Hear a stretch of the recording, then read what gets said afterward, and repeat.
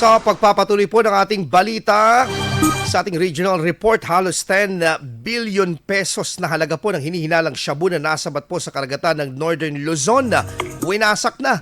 Para sa detalye, kasama natin Idol Rona Raka. 104.7 IFM Report. Sinira na ang bilyon-bilyong halaga ng mga droga sa isinagawang high-profile thermal destruction sa isang disposal facility sa Capas, Tarlac.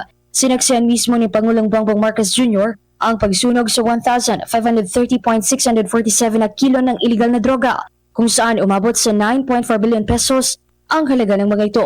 Kasama na rito ang 1.3 tonelada ng mga floating shabu na nagkakahalaga ng 8.8 billion pesos na magkakasunod na natagpuan sa mga baybay ng Pangasinan, Ilocos Sur, Ilocos Norte, Zambales at Cagayan nitong nakaraang buwan.